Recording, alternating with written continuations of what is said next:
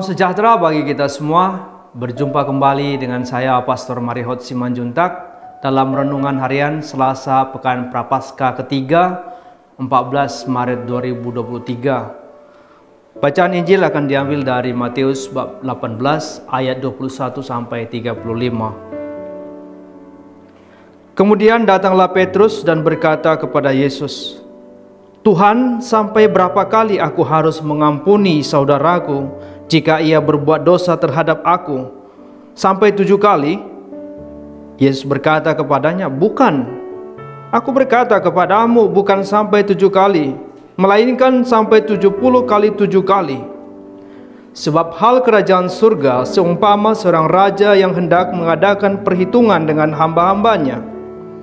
Setelah ia mulai mengadakan perhitungan itu, dihadapkanlah kepadanya seorang yang berhutang 10.000 talenta. Tetapi karena orang itu tidak mampu melunaskan hutangnya, raja itu memerintahkan supaya ia dijual bersama anak istrinya dan segala miliknya untuk membayar hutangnya. Maka sujudlah hamba itu menyembah dia, katanya, 'Sabarlah dahulu, sebab hutangku akan kulunaskan.'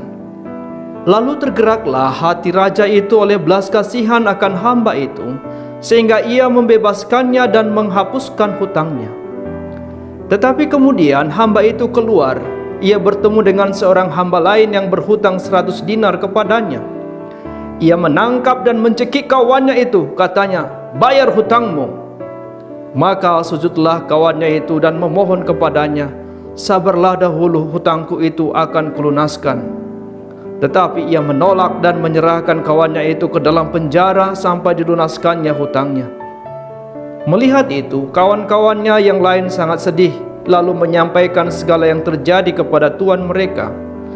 Raja itu menyuruh memanggil orang itu dan berkata kepadanya, 'Hai hamba yang jahat, seluruh hutangmu telah kuhapuskan karena engkau memohonkannya kepadaku.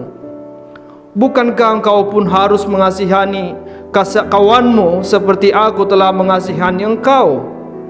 Maka marahlah tuannya dan menyerahkannya kepada algojo-algojo sampai ia melunaskan seluruh hutangnya. Maka Bapakku yang di surga akan berbuat demikian juga terhadap kamu, apabila kamu masing-masing tidak mengampuni saudaramu dengan segenap hatimu." Demikianlah sabda Tuhan. Terpujilah Kristus.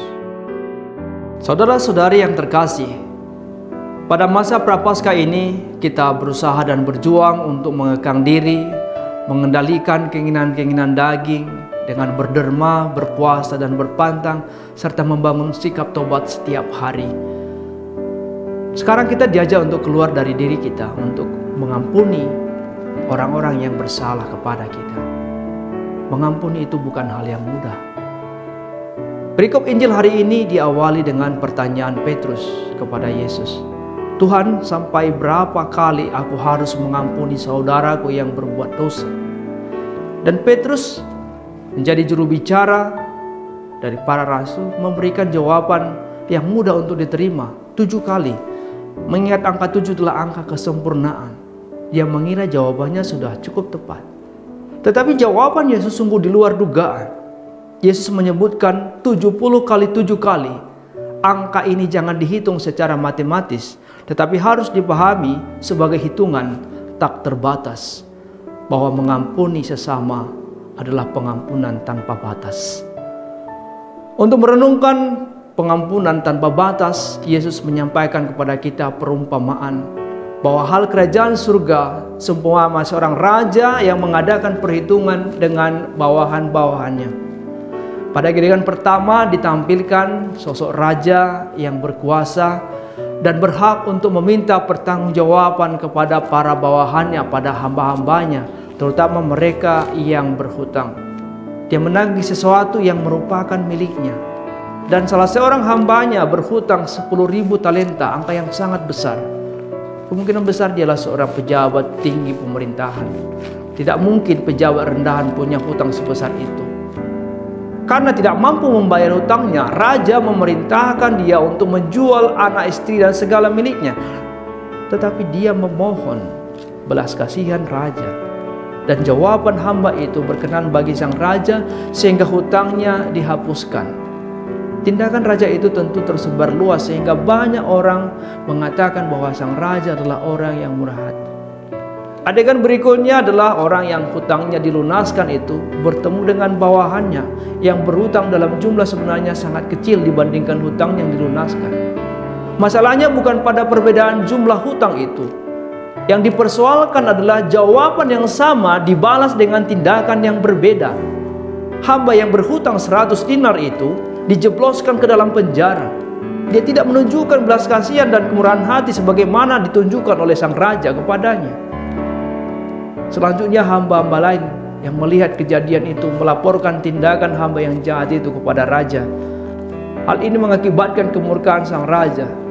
Dengan membicarakan hamba yang berhutang lebih kecil, dia tidak mensyukuri kemurahan hati sang raja yang menghapus hutang yang sangat besar.